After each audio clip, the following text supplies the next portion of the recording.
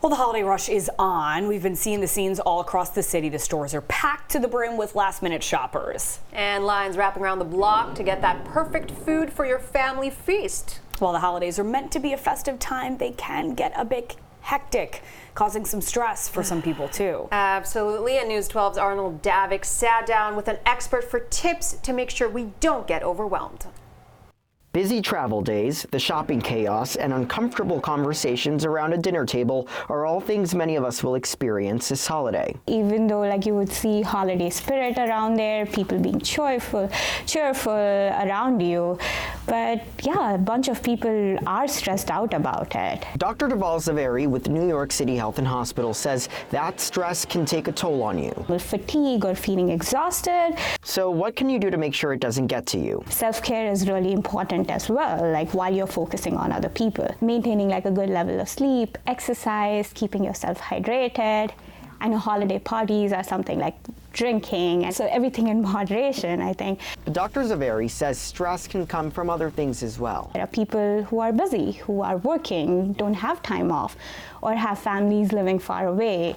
So I think it's really important to stay connected. She wants people to know it's not about planning the perfect holiday, it's about valuing each other. I think all what we need is to be with someone who we love, we care about, and that's what matters. Dr. Zaveri also wants to remind everyone to keep in mind people in their lives who may be going through a tough time. Anyone is not their usual, anyone who needs that extra support, please attend to that. Make sure you speak to your loved ones. Call them, give them a call, give them a nice hug. So when you get out of the busy airports and have finished wrapping the presents, remember, the holiday is about cherishing the people around you. Arnold Davik, News 12.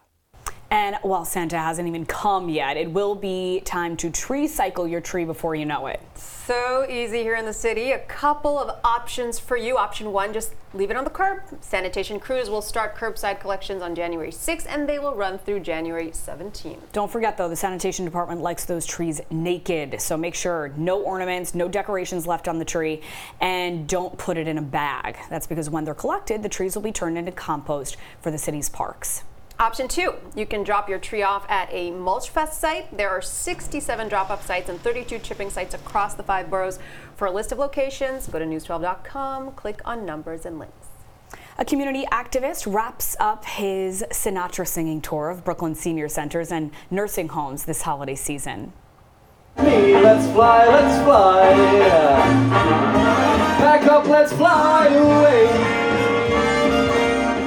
Stephen Patzner started the free concert tour earlier this month, hitting at least half a dozen centers in southern Brooklyn. Seniors here at the Seacrest Nursing and Rehabilitation Center in Coney Island were loving it, singing every word in the front row. I see that. Patzner says the tour was a tribute to his late grandmother, who inspired his love for music like this. Oh. That is beautiful. All right, looking at Christmas Eve around the world now. Pope Francis led the traditional Christmas Eve Mass at the Vatican. Thousands of worshipers gathered at St. Peter's Basilica. And next up, the Pope is set to give his annual address at noon on Christmas Day. And in the West Bank town of Bethlehem, a midnight Christmas vigil. Crowds were also treated to colorful parades and carols. Some Gaza Christians were granted permits to celebrate Christmas in the town, and after Israeli officials had indicated they could deny permission, but they did not. Christmas came early for one Indiana man also. He was caught being good. I love this story. Check out the present hand-delivered by Santa himself in tonight's 30. Ho, ho, ho! Merry Christmas, Frank!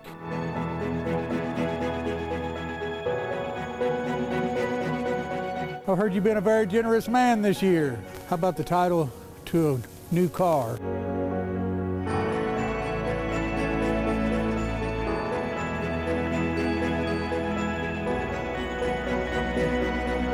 It's Frank's generosity and caring spirit that brought him to bring somebody across the street, and Santa's been watching all year, and he was on the nice list.